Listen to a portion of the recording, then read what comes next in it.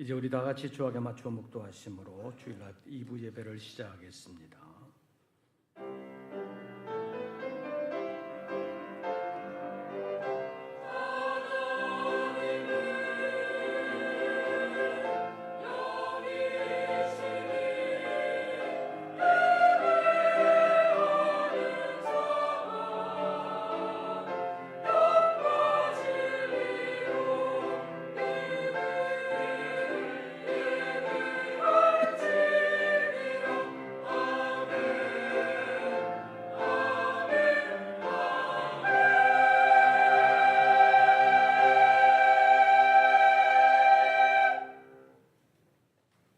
하나님이여 나를 살피사 내 마음을 아시며 나를 시험하사 내 뜻을 아옵소서.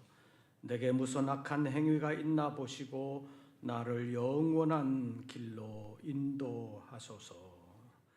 하나님은 영이시니 예배하는 자가 영과 진리로 예배할지니라. 번거복잡한 세상에 살던 저희들을 다시 예배 자리로 불러 주님을 바라보며 말씀을 상고할 수 있는 은혜를 베풀어 주신 하나님 감사합니다. 이 아침 주님을 바라며 예배하는 모든 권속들에게 찾아와 주시고 만나 주시며 우리의 심령을 주장하여 주시옵소서. 그리하여 한 주간의 새로운 삶이 주님이 기뻐하시는 거룩한 산 제사로서의 삶을 살게 하여 주시옵소서. 주님 영광 받으시고 거룩한 주님의 뜻을 이루시옵소서. 우리 주 예수 그리스도의 이름으로 기원하옵나이다. 아멘. 사도신경 세번역본으로 우리의 신앙을 함께 고백하겠습니다. 나는 전능하신 아버지 하나님 천지의 창조주를 믿습니다. 나는 그의 유일하신 아들 우리 주 예수 그리스도를 믿습니다. 그는 성령으로 잉태되어 동정녀 마리아에게서 나시고 본디오 빌라도에게 고난을 받아 십자가에 못 박혀 죽으시고 장사된 지 사흘 만에 죽은 자 가운데서 다시 살아나셨으며 하늘에 오르시어 전능하신 아버지 하나님 우편에 앉아 계시다가 거기로부터 살아있는 자와 죽은 자를 심판하러 오십니다. 나는 성령을 믿으며 거룩한 공교회와 성도의 교제와 죄를 용서받는 것과 몸의 부활과 영생을 믿습니다. 아멘. 찬송가 39장입니다.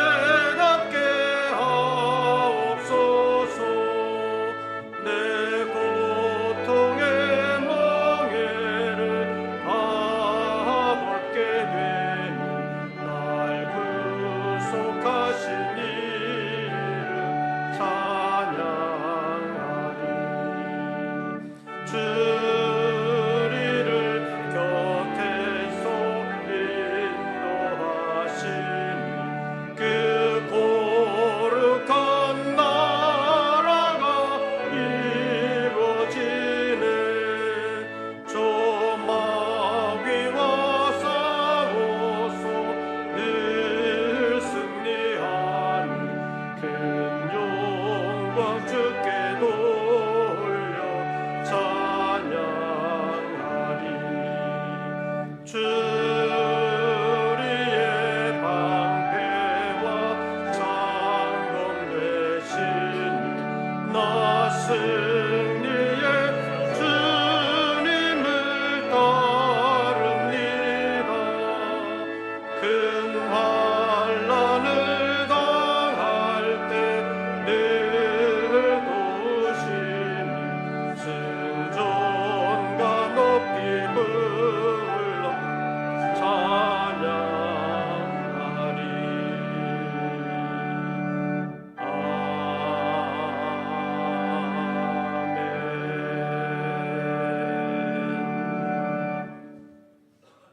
오늘의 성시 교독은 11번입니다. 교독문제 11번 시편 17편에 있는 말씀 가운데서 함께 교독하시겠습니다. 여호와여 의의 호소를 들으소서, 나의 울부짖음에 주의하소서.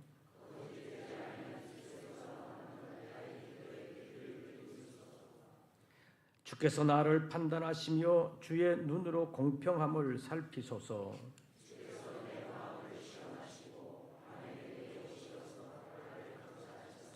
흠을 찾지 못하셨사오니 내가 결심하고 입으로 범죄하지 아니하리이다.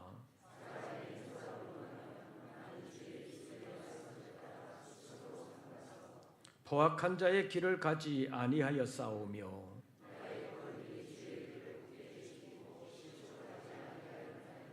하나님이여 내게 응답하시겠으므로 내가 불렀사오니 주께 피하는 자들을 그 일어나 치는 자들에게서 오른손으로 구원하시는 주여. 아멘. 이제 2부 예배를 위하여 김현수 장로님 기도하시겠습니다.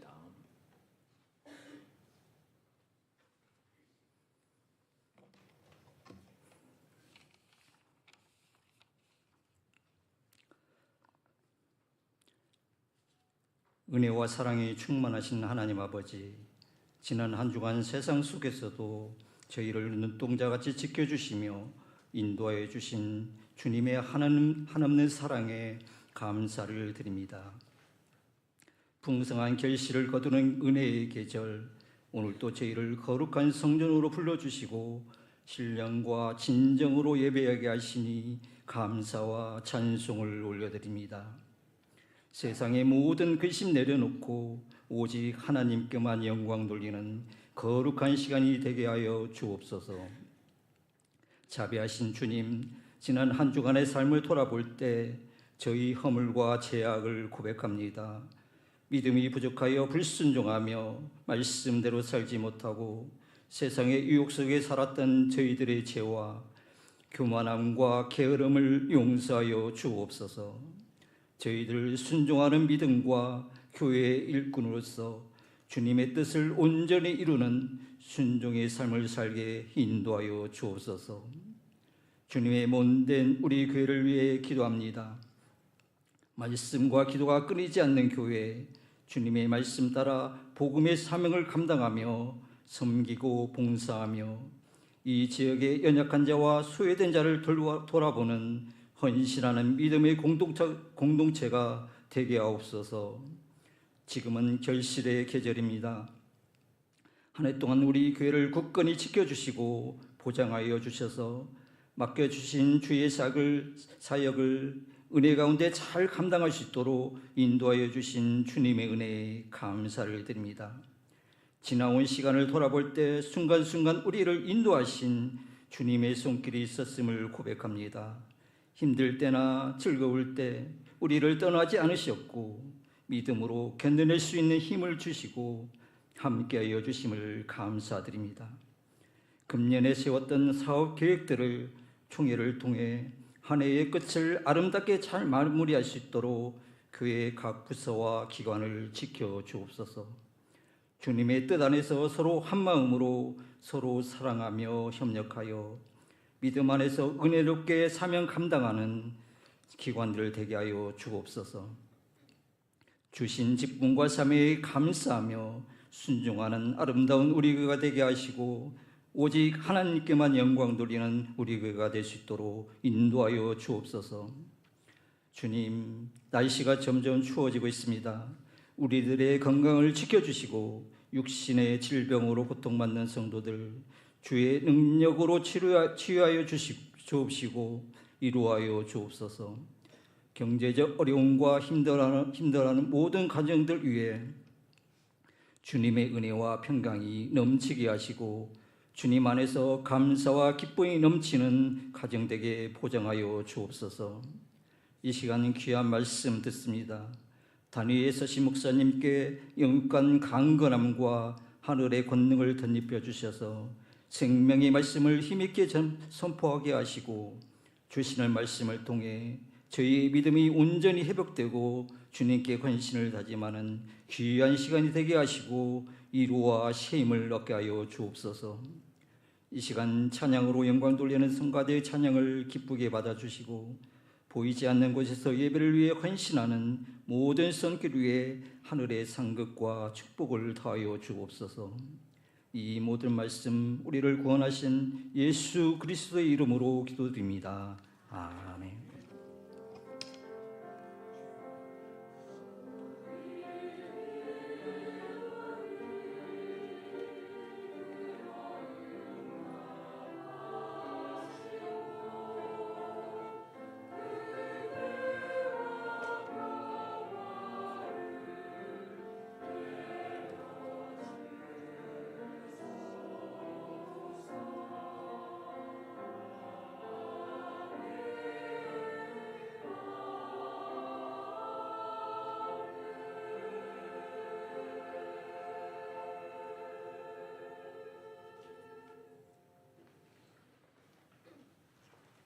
오늘 우리에게 주시는 하나님의 말씀을 찾습니다. 구약 성경 스가랴 제 12장입니다.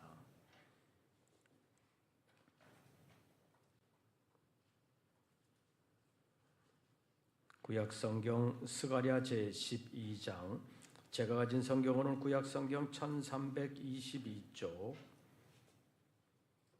스가랴 제 12장 1절부터 9절까지의 말씀 함께 교독하시겠습니다. 1절 말씀을 제가 먼저 봉독합니다. 이스라엘에 관한 여호와의 경고의 말씀이라. 여호와 곧 하늘을 펴시며 땅에 터를 세우시며 사람 안에 심령을 지으시니가 이르시되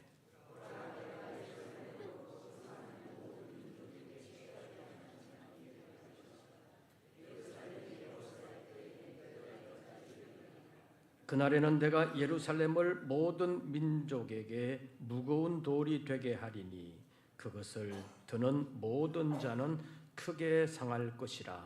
천하 만국이 그것을 치려고 모이리라.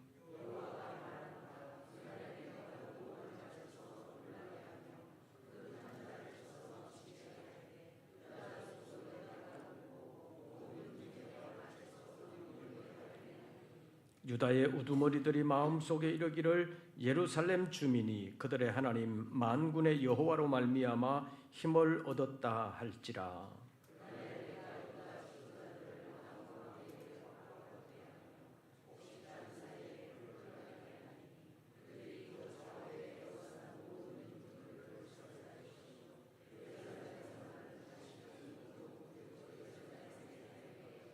여호와가 먼저 유다 장막을 구원하리니 이는 다윗의 집의 영광과 예루살렘 주민의 영광이 유다보다 더하지 못하게 하려 함이니라.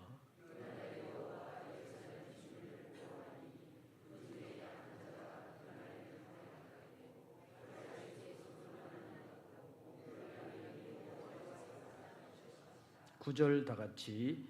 예루살렘을 치러 오는 이방 나라들을 그날에 내가 멸하기를 힘쓰리라. 아멘. 이제 임마누엘 성가대 찬양이 있겠습니다.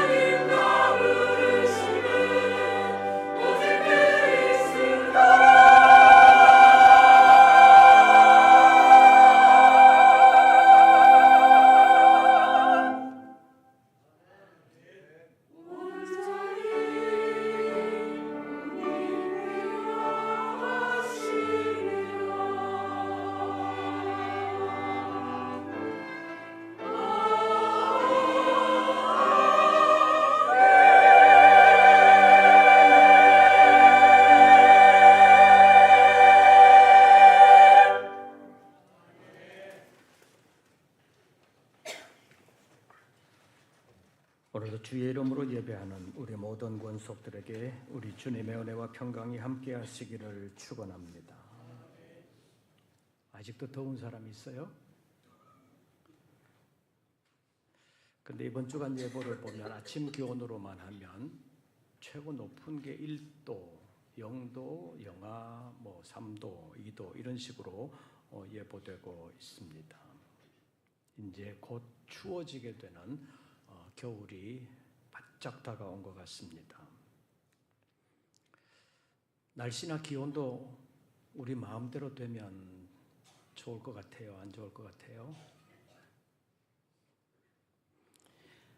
여러분, 모든 일들이 여러분이 원하는 대로, 여러분 마음대로 되면 좋을 것 같습니까?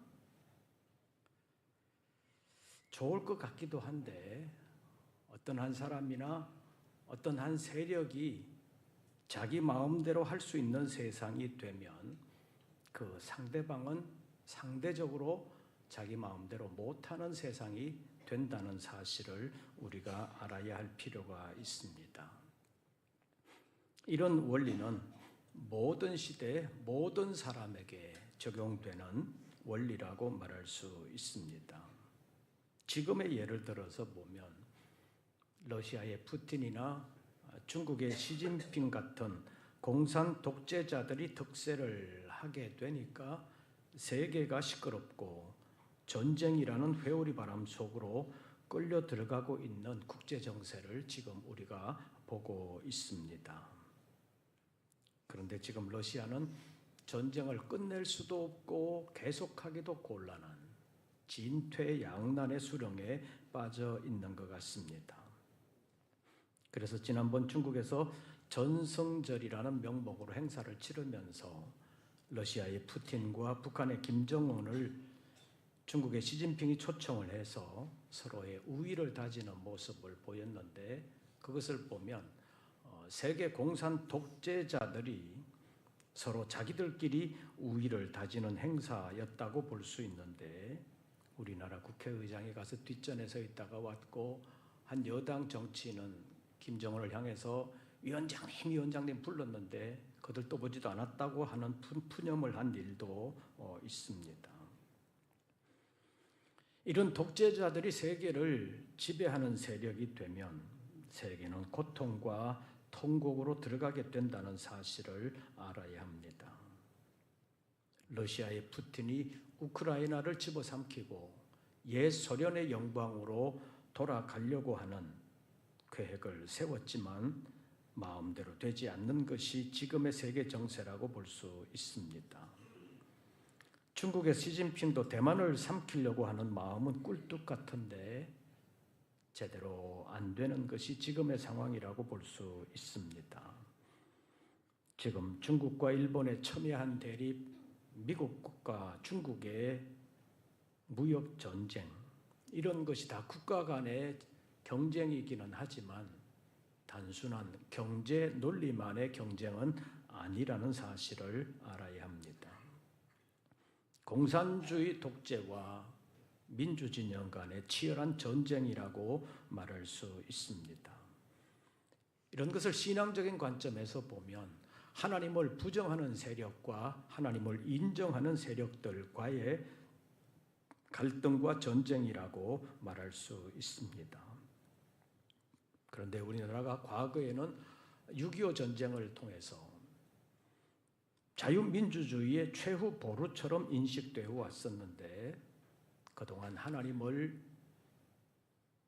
높이거나 하나님의 뜻을 생각하지 않는 정권들이 득세하게 되면서 우리나라도 상당히 좌측으로 쏠리게 되는 일이 일어났다고 볼 수 있습니다. 그래서 요즘은 학교에서도 사회에서도 반공이라는 말도 사라졌고 우리의 주적이 북한이라는 말을 군대에서까지 사용하지 않는 상황이 되었습니다. 이런 일들이 걱정스럽다고 볼 수 있습니다. 왜냐하면 우리 주변에는 현실적으로 중국 공산당, 북한 공산당이 언제나 우리나라에 눈독을 들이고 있기 때문입니다. 그리고 현실적으로도 뉴스에서도 종종 나오지만 우리나라에 지금 중국의 영향력, 북한의 공산 세력들의 상당한 영향력이 미치고 있다고도 볼 수 있습니다. 우리가 정신을 차려야 합니다.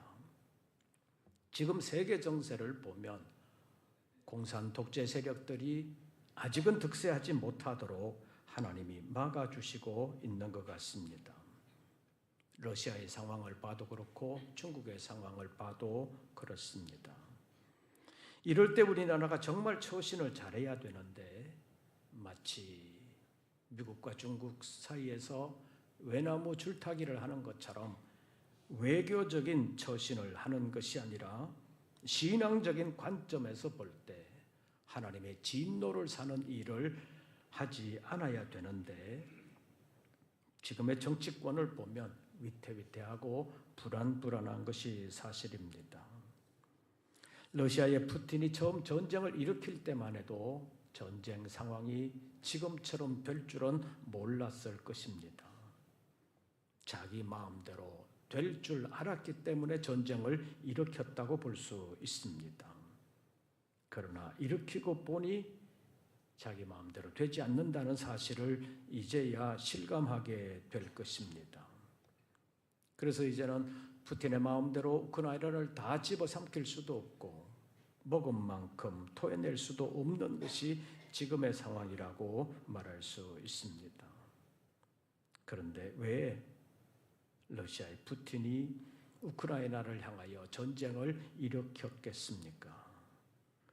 우크라이나를 치기만 하면 금방 다 점령할 수 있을 것이라는 확신이 있었기 때문이라고 볼 수 있습니다. 오늘 본문의 표현으로 한다면 푸틴이 우크라이나에 취했다고 말할 수 있습니다. 전쟁은 이렇게 일어나는 것입니다. 6.25 전쟁도 김일성의 마음에 이런 마음이 있었기 때문에 쳐내려가기만 하면 남한에 있는 남노당원들이 다 협조하고 금방 남한을 접수할 것이라고 생각했기 때문에 6.25가 일어난 것입니다. 지금 이 나라에 간첩이 없겠습니까? 아마 옛날보다 훨씬 더 많다고도 볼 수 있습니다. 김정은의 마음에 전쟁에 대한 마음이 생기지 않도록 사람 안에 심령을 지으신 하나님께서 막아주셔야 합니다. 사람이 자기 마음먹은 대로 되는 것이 절대로 좋은 것만은 아니라는 사실, 모든 것이 상대적이라는 사실을 우리가 알아야 합니다. 개인적으로 한 사람이나 한 세력이 마음대로 할 수 있는 세상이 되면 그 반대 세력에게는 상당한 어려움이 찾아오게 된다는 것입니다. 신앙적으로 하나님의 선한 일을 위하여 쓰임받는 사람이 되어야 모든 사람을 위하여 유익하게 할 수 있지만 그렇지 않으면 많은 사람들에게 아픔을 주는 세상으로 몰아갈 수밖에 없는 것입니다. 세상은 지금 그렇게 가고 있는 것 같습니다. 세상에는 하나님을 대적하는 세력들이 상당히 영향을 미치고 있습니다. 그렇기 때문에 하나님은 그런 세력들을 심판하시기 위하여 여러 가지 큰 일들이 일어나고 있는 것을 볼 수 있습니다. 전쟁이나 세계적인 기근, 전염병 같은 것들이 종종 하나님의 심판으로 나타나는 경우가 있는 것을 성경에서 발견할 수 있습니다. 에스겔 14장 21절에 보면 주께서 말씀하시기를 내가 네 가지 중한 벌, 네 가지 중요한 형벌이라고 말씀하시면서 칼과 기근과 사나운 짐승과 전염병을 예루살렘에 함께 내려서 사람과 짐승을 그 중에서 끊을 것이라는 말씀이 있습니다. 이 말씀은 예루살렘을 향한 하나님의 심판이 전쟁이라는 모습으로, 기근이라는 모습으로, 전염병이라는 모습으로 나타난다는 것을 말씀하시는 것입니다. 다시 말하면 예루살렘을 중심으로 일어나는 전쟁도 기근도 전염병도 결코 우연이 아니라는 사실을 말씀하는 것입니다. 그래서 에스겔서 14장 23절 말씀에 보면 내가 예루살렘에 행한 모든 일이 이유 없이 한 것이 아닌 줄을 알리라. 주 여호와의 말씀이니라. 이렇게 말씀하셨습니다. 그런데 왜 예루살렘을 중심으로 하는 전쟁이 일어나는지에 대하여 오늘 본문이 그 이유를 말씀하고 있습니다. 본문 2절 말씀 보시죠. 2절 우리 다 같이 읽습니다. 보라, 내가 예루살렘으로 그 사면 모든 민족에게 취하게 하는 잔이 되게 할 것이라. 예루살렘이 애워싸일 때에 유다에까지 이르리라. 이 2절 하반절에 있는 말씀을 보면 예루살렘이 사면 대적들에게 애워싸이는 일이 있을 것임을 말씀하고 있는데 어떻게 해서 왜 예루살렘이 사면 대적들에게 애워싸이게 되느냐? 그 이유가 있다는 것입니다. 제가 2절 하반절을 읽으면 여러분들이 2절 상반절을 읽어주시기를 바랍니다. 예루살렘이 애워싸일 때에 유다에까지 이르리라.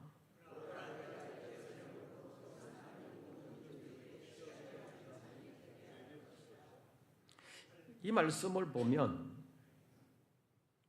예루살렘을 애워싸고 예루살렘을 치는 사람들이 일어나게 될 것인데 왜 그런 일이 일어나느냐? 2절 상반절 다시 보시죠. 보라, 내가 예루살렘으로 그 사면 모든 민족에게 무엇이 되게 할 것이라? 취하게 하는 잔이 되게 할 것이라. 이 말씀은 예루살렘 사면 대적들의 생각에 예루살렘을 치면 우리가 반드시 이긴다. 그리고 예루살렘을 치면 예루살렘으로 인하여 우리가 부자가 된다. 이런 생각이 들게 된다는 것입니다. 그런데 이 마음이 생기게 되는 그 이유의 근원적으로는 하나님의 허락이 있다는 것입니다. 이스라엘에 관한 여호와의 경고의 말씀, 심판을 위하여 이런 일들을 행하신다는 것을 말씀하고 있습니다. 그래서 이 경고의 말씀을 하시면서 경고의 말씀을 하시는 이가 누구시냐 하는 것을 1절에서 말합니다. 1절 상반절을 제가 읽으면 하반절 여러분들이 읽어주시기를 바랍니다. 이스라엘에 관한 여호와의 경고의 말씀이라.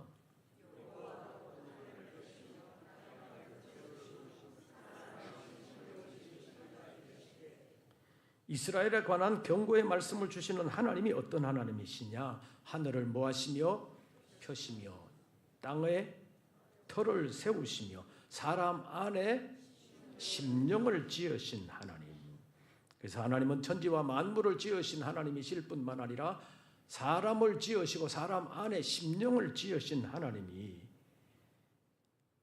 이스라엘을 향하여 경고의 말씀을 주신다는 것입니다. 다시 말하면 이런 하나님, 창조주 하나님이 사람의 심령을 움직이신다는 것을 말씀하고 있습니다. 어떤 사람에게는 선한 마음을 주셔서 선한 일을 하게 하고 어떤 사람에게는 악한 마음을 주셔서 악한 일을 하게 하신다는 것인데 이것은 선한 사람의 마음속에도 하나님이 악한 마음을 주셔서 악한 일을 하게 한다는 것이 아니라 악한 자의 마음에 악한 마음이 일어나는 것을 하나님이 내버려 두신다. 악한 마음이 일어나는 것을 하나님이 막지 않으신다는 말입니다. 왜냐? 그를 심판하시기 위함이라는 것입니다. 역사적으로 보면 하나님은 이스라엘 백성들을 애굽 땅 종되었던 집에서 건져내시기 위하여 애굽 왕 바로의 마음을 완악하게 버려두셨다고 말씀하시는 것입니다. 그래서 결국 애굽이 하나님의 재앙을 받고 하나님의 심판을 받게 하셨다는 것입니다. 그래서 출애굽기 7장에서 14장까지의 말씀에 보면 이스라엘 백성들을 애굽에서 이끌어내시는 하나님께서 애굽 왕 바로의 마음을 완악하게 하셨다는 표현이 여러 번 나옵니다. 그래서 출애굽기 9장 12절에 보면 여호와께서 바로의 마음을 완악하게 하셨으므로 그들의 말을 듣지 아니하였으니 여호와께서 모세에게 말씀하심과 같더라라고 말씀하고 있습니다. 이것을 보면 바로가 완악한 마음의 소유자인데 그 완악한 마음을 이스라엘 백성들에게 완악한 일을 행하도록 버려두셨다는 것입니다. 왜냐하면 하나님께서 애굽을 심판하시기 위함이라는 것입니다. 그래서 하나님은 은혜 베푸실 자에게는 은혜를 베풀어 주시기 위하여 선한 마음을 주시지만 심판하실 자에게는 악한 마음, 완악한 심령으로 버려두신다는 것입니다. 그래서 하나님의 심판을 자초하게 하신다는 것이 성경의 교훈입니다. 그래서 우리는 우리의 마음도 하나님이 지으신 것이기에 우리의 마음대로 할 수 없다는 사실을 알고 사람의 심령을 지으신 하나님을 의지해야 합니다. 다시 말하면 우리의 마음도 우리 마음대로 할 수 없기 때문에 하나님의 기뻐하시는 마음으로 되기 위해서는 하나님을 의지해야 한다는 말입니다. 그래서 오늘은 심령을 지으신 하나님이라는 제목으로 잠깐 하나님의 뜻을 생각하려고 합니다. 첫째로 하나님이 사람 안에 심령을 지으셨다는 사실을 알아야 합니다. 다시 말하면 사람이 자기의 마음도 자기 것이 아니라는 사실을 알아야 된다는 것입니다. 오늘 본문 1절을 보면 하늘을 세우시며 땅에 틀을 세우시고 사람 안에 무엇을 지으신 하나님? 사람 안에 심령을 지으신 하나님이시기에 우리의 심령도 하나님이 지으신 하나님의 것이라는 사실을 알아야 된다는 것입니다. 그래서 자기 마음대로 살면 안 되고 지으신 하나님이 무엇을 기뻐하시는지를 알고 그 뜻 안에서 행해야 한다는 것입니다. 그래서 세상을 살아가는 하나님의 사람들은 하나님의 뜻이 무엇인지 심령 속에서부터 분별해야 한다고 말할 수 있습니다. 왜냐하면 에덴 동산에서 쫓겨난 사람들이 살아가는 이 세상은 악한 영들이, 사탄의 영들이 역사하고 있는 장소이기 때문입니다. 그래서 요한일서 4장 1절 말씀을 보면 사랑하는 자라 영을 다 믿지 말고 오직 그 영이 하나님께 속하였나 시험하여 보라고 말씀했습니다. 분별력을 가지라는 것입니다. 왜냐하면 세상에 거짓 선지자가 나왔기 때문이라고 말씀하고 있습니다. 에베소서 5장 10절과 11절에서는 주를 기쁘시게 할 것이 무언가 시험하여 보라. 너희는 열매 없는 어둠의 일에 참여하지 말아라고 말씀하고 있습니다. 에베소서 5장 15절에서 18절까지의 말씀에 보면 그런즉 너희가 어떻게 행할지를 자세히 주의하여 지혜 없는 자같이 하지 말고 오직 지혜 있는 자같이 하여 세월을 아끼라. 때가 악하니라. 그러므로 어리석은 자가 되지 말고 오직 주의 뜻이 무엇인가 이해하라. 술 취하지 말라. 이는 방탕한 것이니 오직 성령의 충만함을 받으라고 말씀했습니다. 이 말씀이 우리에게 주는 교훈이 무엇입니까? 자세히 주의하지 아니하고 지혜 없는 자같이 살게 되면 세월을 허비하게 된다는 것입니다.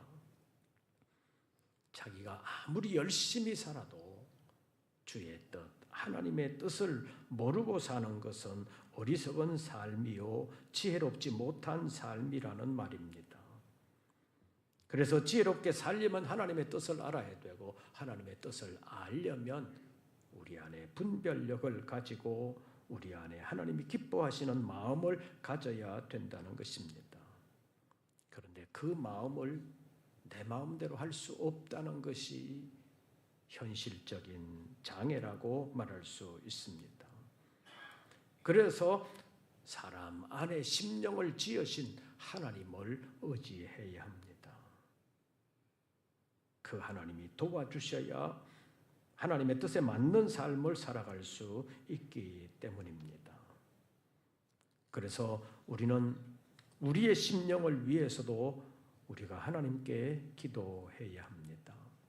그리고 세계 평화를 위해서도 푸틴이 우크라이나에 취하여 우크라이나를 치는 전쟁을 일으킨 것처럼 하지 아니하도록, 시진핑이 대만에 취하지 아니하도록, 김정은이 서울에 취하지 아니하도록 하나님께서 막아주시기를 기도해야 된다고 말할 수 있습니다.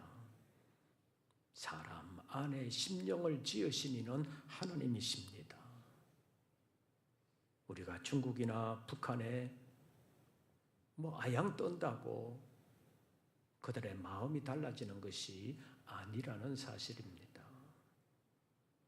사람 안에 심령을 지으신 하나님이 그들의 마음을 주장해야 이 세계에 진정한 평화가 있다고 말할 수 있습니다. 언젠가는 그들이 하나님의 심판을 받게 될 것이지만 그때가 지금은 아니고 우리가 좀 더 준비한 후에 그런 일들이 있기를 위하여 우리가 함께 기도해야 된다고 말할 수 있습니다. 사람 안에 심령을 지으신 이는 하나님이십니다. 두 번째로 세상 것에 취하지 말아야 합니다. 본문 2절 말씀에 보면 예루살렘에 취하는 사람들이 생기게 될 것임을 말씀했습니다. 그런데 살펴보면 모든 사람이 다 예루살렘에 취하는 것은 아니라는 것입니다. 누가 예루살렘에 취하게 되느냐?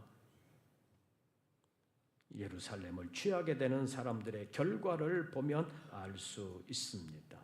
3절 말씀 보시죠. 제가 2절을 읽으면 여러분들이 3절을 읽어주시기를 바랍니다. 보라, 내가 예루살렘으로 그 사면 모든 민족에게 취하게 하는 잔이 되게 할 것이라. 예루살렘이 에워싸일 때에 유다에까지 이르리라.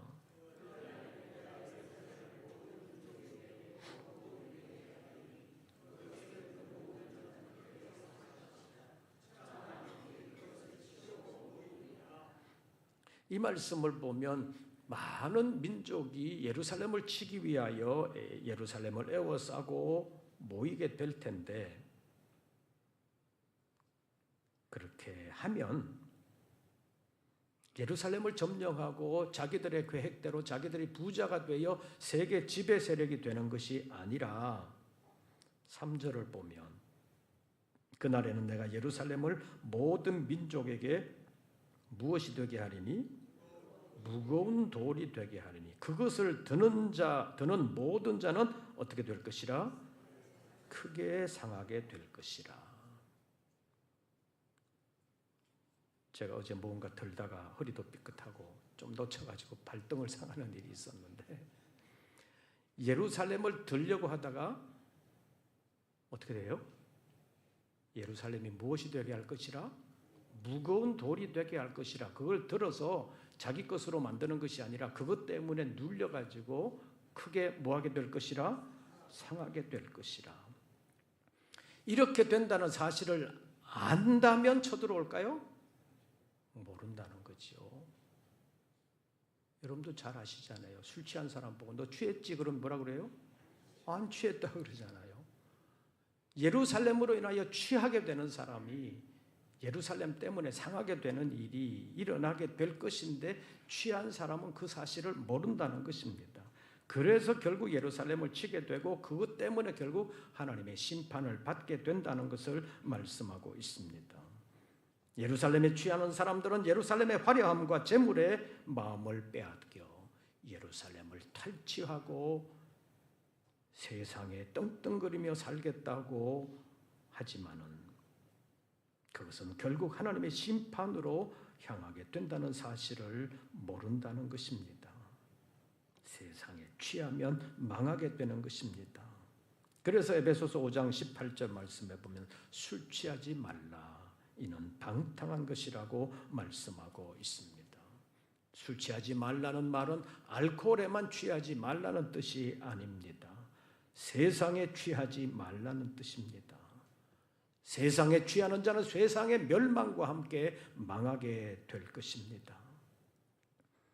사랑하는 성도 여러분, 세상의 화려함이 여러분들을 유혹한다 할지라도 세상에 취하지 마시기를 바랍니다. 취하는 사람은 자기가 취하는 줄을 알지 못합니다. 그리고 모든 것이 자기 생각대로 자기 계획대로 될 것이라고 착각하게 되지만 그것은 결국 자기를 망하게 하는 길로 가게 한다는 사실도 모르는 것입니다. 세상에 취하는 자는 하나님의 뜻을 저버리는 자이기 때문에 반드시 망하게 된다는 것입니다.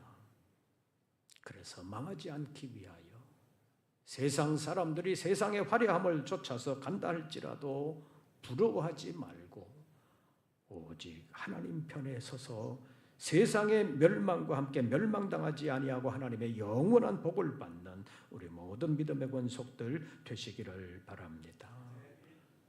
그런데 어떻게 그렇게 할 수 있겠습니까? 내 마음이 그들을 따라가지 않아야 되는데 내 마음을 내 마음대로 할 수가 없습니다. 그런데 사람 안에 심령을 지으신 이는 누구시라고요? 하나님이시라는 것입니다. 그래서 하나님을 찾아야 합니다. 하나님의 말씀을 붙들어야 합니다. 지금 내 삶이 하나님의 말씀을 붙들고 살아가고 있는지, 내 마음대로 하고 있지는 않은지 점검해야 합니다. 우리 안에 하나님이 기뻐하시는 심령을 가져야 우리가 살고 영원한 복을 받을 수 있습니다. 우리 안에 심령을 지으신 하나님을 다시 찾고 그 하나님과 함께하면서 그 하나님의 보장과 복을 받는 우리 모든 권속들 되시기를 주의 이름으로 축원합니다. 기도하겠습니다. 오늘도 세상의 시끄러운 소식들이 우리의 마음을 흔들어 놓고 있습니다. 사람 안에 심령을 지으신 하나님, 이 나라 미정자들의 마음도 움직여 주시옵소서. 우리나라를 대적하는 세력들의 마음도 하나님 막아 주시옵소서. 사람 안에 심령을 지으신 하나님께서 세상을 통하여 하나님의 영광이 나타나게 하여 주시옵소서. 예수님의 이름으로 기도하옵나이다. 찬송가 484장 부르시면서 준비하신 예물 드리겠습니다.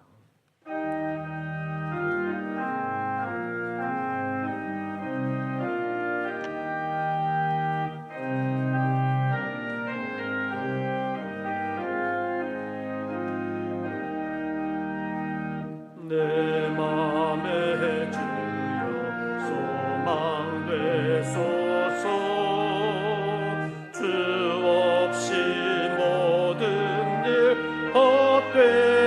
헛되어라. 아메라 낮에라 주님 생각. 잘 때나 깰 때 함께 하소서. 지혜의 주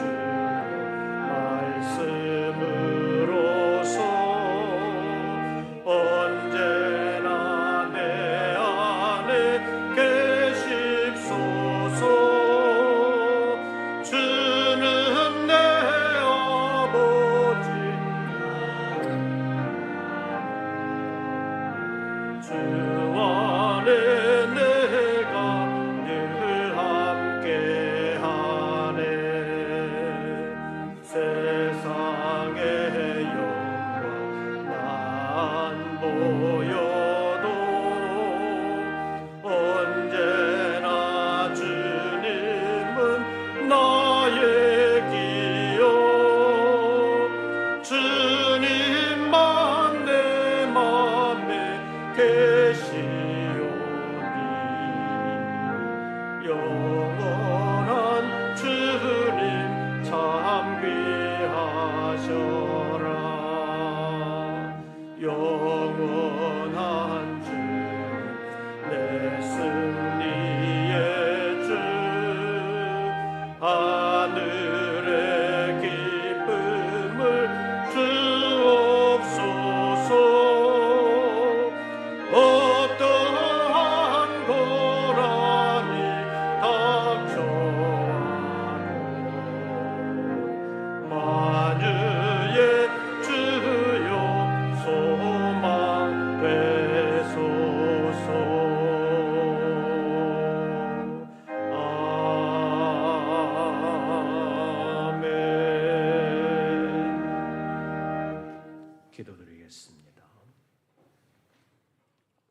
오늘도 저희들을 예배 자리로 불러 주님을 바라보며 말씀을 상고하게 하신 하나님, 우리 안에 심령을 지으신 하나님이신 것을 알고 우리 안에 하나님이 기뻐하시는 마음을 가질 수 있도록 주여 역사하여 주시옵소서. 우리 마음대로 행하지 아니하도록 하나님께서 구체적으로 간섭하시고 인도하여 주시옵소서. 어떨 때는 내 마음대로 되었다고 좋아하지만 나중에 후회할 때도 있습니다. 우리 안에 심령을 지으신 하나님이 우리의 마음을 주장하여 주시옵고 우리의 삶을 인도하여 주시옵소서. 이 시간 예배하며 주님 앞에 11조와 감사의 예물, 선교의 예물, 서원했던 예물을 주님 앞에 올립니다. 하나님께서 사랑하는 종들을 늘 지켜 주시옵소서. 수고가 헛수고 되지 아니하도록 역사하여 주시옵소서. 우리가 새로운 한 주간을 또 살겠사오니 내 마음이 세상을 향하여 열려 있지 아니하고 하나님을 향하여 열려 있게 하시고 하나님 기뻐하시는 마음을 가지고 하나님 기뻐하시는 일들을 이루어 드리는 한 주간 되게 하여 주시옵소서.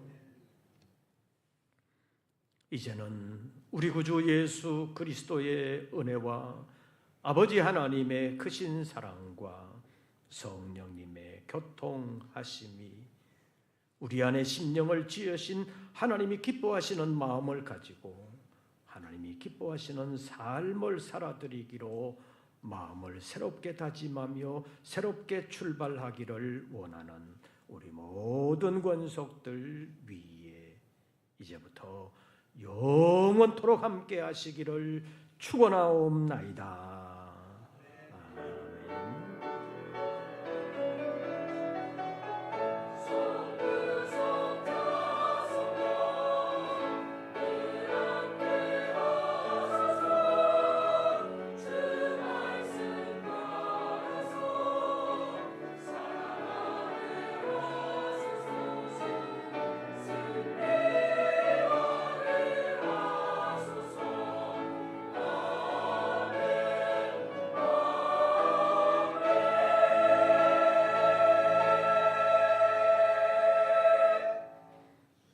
광고 말씀드리겠습니다. 오늘 말고 다음 주일 2부 예배 후에 남선교회 총회가 있겠습니다.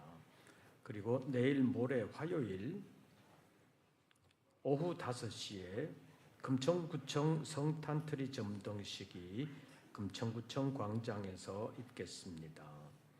지금까지는 금천구청 맞은편 스타벅스가 있는 빌딩 앞에서 했는데 거기 말고 금천구청 바로 앞 광장에서 올해부터는 성탄트리 점등식을 가지게 됐습니다.